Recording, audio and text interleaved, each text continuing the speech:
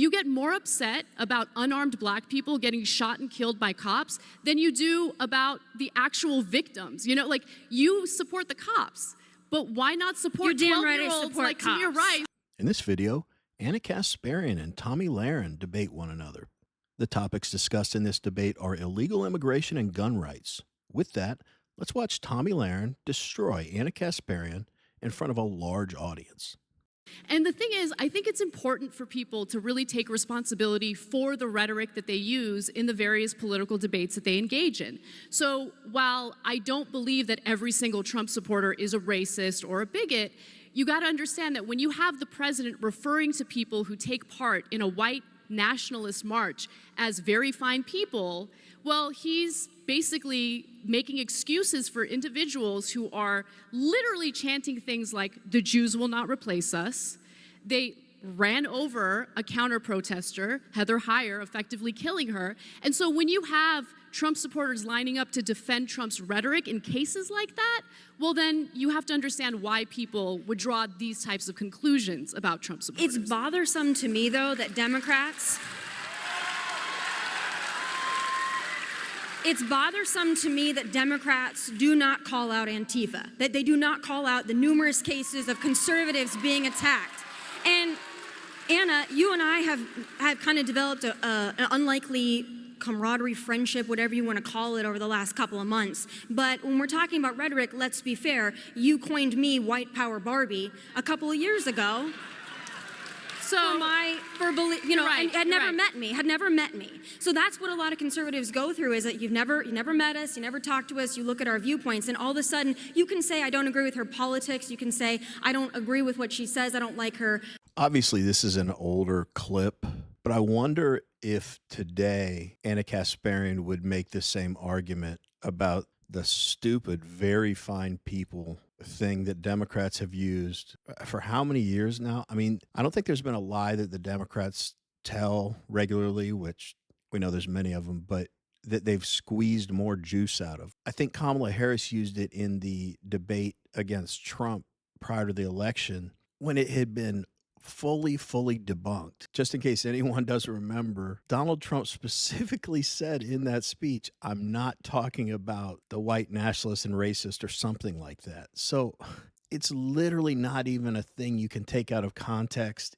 It's just not what he said, but they got so much juice out of that thing. But towards the end when they were using it, I think, 70, 80% of the country knew that it was just a bold-faced lie, that this might have been another reason, along with all their Hitler talk, that people gravitated to Trump. They just see the lies firsthand. And one other thing they talked about that truly does amaze me, not because I expect the left to be honest, but just because I think it would be good political strategy, is you never hear the liberal mainstream media or left-wing channels like the Young Turks or Democrat politicians, you never heard any of them denounce Antifa for their violent rhetoric, actions, behavior. You never heard them denounce the BLM protesters during the quote-unquote summer of love that were rioting and looting and killing. To this day, I don't hear that. Anytime it's brought up, it just kind of gets glossed over by Democrats. While I'm repeating something I said, I think, just yesterday, I just don't know a conservative who has failed to denounce January 6th or comment on it that they think it was dumb. They think it was not right. They will push back on the narrative that it was some coordinated effort to overthrow the government because it's so stupid. But we really are the party of law and order. One of the worst side effects of January 6th is that the left, and they still do, has pretty much a monopoly on violence, rioting, and looting. But this one thing, talk about getting juice out of something. I promise until the day I'm put 6 feet under, they will still be talking about January 6th because they have so little to attack the right with. They put all their effort into this one protest that got out of control and spin it to the max, I just hate that they're able to use it now to derail conversations and bring up January 6th. Anyway, I'm getting on a tangent. Let's get back to the video. The facts that she uses, I don't like her support for this president, but when you blanketly just call somebody a white power Barbie or a white nationalist because you disagree with their politics, That's going too far. That's rhetoric that's also dangerous. You get more upset about unarmed black people getting shot and killed by cops than you do about the actual victims. You know, like, you support the cops, but why not support 12-year-olds like Tamir Rice? I will always support our law enforcement just simply officers. playing with a toy gun. I've given you a very park. long time to talk. I've given you a very long time to talk. A couple of things that you said that I want to clear up. When I said I walk back my comments that were made, I never said we need guns so that we can defend ourselves against migrants coming across the border. I said we need guns because if you're refusing to protect and defend this nation with our borders, we as the American people have to have a means to protect ourselves because the government is not going to do it for us. And yes, I believe in the Second Amendment. That's vigilante justice. That's vigilante justice. That is That's outlawed. not vigilante justice. That's the Second Amendment. Let's That's the talk a Second little Amendment. bit. You have mentioned that you want to defend the Second Amendment in part because you believe we should be able to defend ourselves against immigrants coming to the country. Against anything that threatens to harm us. Right. That's what the Second Amendment is for. let's Against talk our about, government. Let's talk about the immigration invasion, part of it. Against anything. Is there Against a right-wing extremism? specific Because that's threat? a huge threat in America. Is there a specific Anything. Anything. When you have people like candidates from your party saying we're going to confiscate your guns, we're going to send the police to knock on your door and confiscate your guns, that's problematic. But before... The minute that we don't have the Second Amendment in this country, us citizens are completely effed because the government overreaches like crazy right now into our lives. Imagine when we have no way to defend ourselves. It will be ugly. As weak as the Democrat Party looks right now, we have to stay vigilant on the things that are important to us. Early in the clip, Tomi Lahren was talking about how Ana made blanket statements about groups, you know, calling all Trump supporters white nationalists and stuff. But isn't that really to be expected by anyone on the left? Everything is identity politics to them. They never care about the individual. It's all just a group. And her talking about police killing unarmed people, she said black people, but unarmed people in general. The narrative that cops just mow down unarmed black people because they're racist, I just don't think even the people that say it can believe it anymore, because we've all looked at the statistics and seen the numbers of unarmed people whose lives were ended by police year over year. And again, one life is too much. I understand, but you hear unarmed and it's like, oh my good, you picture a guy just standing there with his hand up and 10 cops just blasting him in the face with their Glocks. But what they don't talk about is that 99.9% of these cases, the person whose life was ended was trying to kill the police officer, was violent towards the police officer. You don't have to be armed to have evil intent towards a police officer. What should the police officers do in those situations? Talk their way out of it as they're getting beaten to death? It's just such a dumb argument. It blows my mind that the term vigilante justice was thrown out when they were talking about the Second Amendment and how people believe that they have the right to defend themselves with firearms.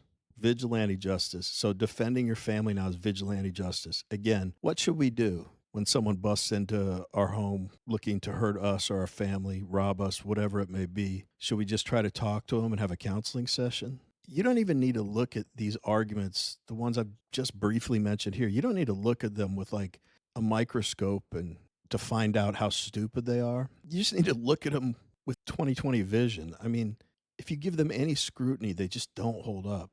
But they're Democrats. What do you expect? Anyway, let's get back to the video. We get into the full Second Amendment thing, I do want to go back to immigration because you talked about some of the problems and how we're not addressing the problems and we're not providing solutions. I think the wall is a solution. I don't think that's the only solution. We need to change our asylum laws so that people that are actually seeking asylum are able to see those judges in a timely manner, and they're not right now because anybody is coming across the border, which, by the way, you're not claiming asylum if you come into this country illegally and then raise your hands and say, I'm claiming asylum. You claim asylum at a port of entry. That is not the case. So what do we with a do lot when of Border Patrol agents are literally blocking ports of entry to prevent them from coming in legally? What do we do?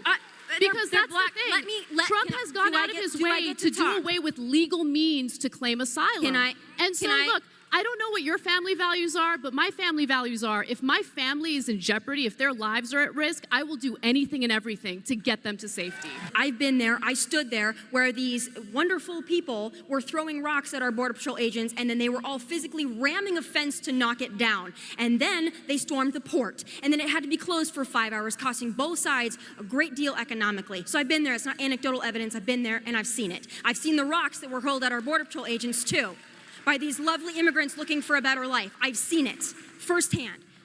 Also, if we're going to address problems in the country, we can address that because there are a lot of problems. If you like watching videos like this one, like and subscribe. We'd really appreciate it. Let's get back to the video.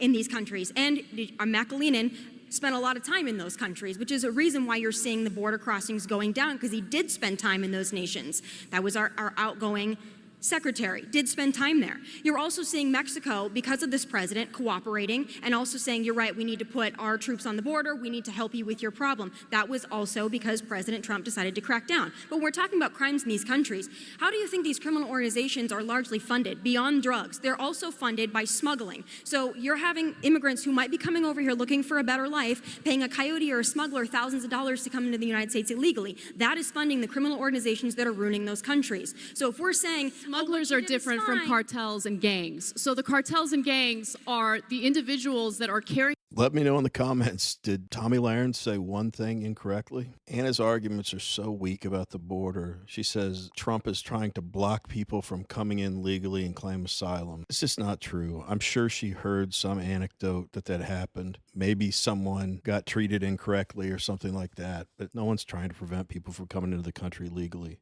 What is true, though, is that everyone and their brother that comes into this country illegally now claims asylum, when that should be a very, very narrow avenue for people to legitimately come in. And as long as it's defined and the people are vetted, I have no problem with it. But there can't be 10 to 20 million asylum seekers. It should be less than 1% of that number. You know what I always notice? Like the liberals that are yapping about the border, and this is my observation, anecdotal, I completely acknowledge that, but so many times when I see these conversations about the border, you'll see this fake outrage from the left, but they've never been to the border. And so many times people like Tomi have actually taken the time to go to the border to be able to back up what they're talking about. And they see this stuff. So who are you going to trust? Someone who's been to the border and sees what's really going on? Or someone who's virtue signaling and telling everyone how mean they are for not letting everybody on the planet into our country? But we want to hear from you. What did you guys think about this debate between Tomi Lahren and Ana Kasparian about immigration, the Second Amendment? Let us know. Anyway,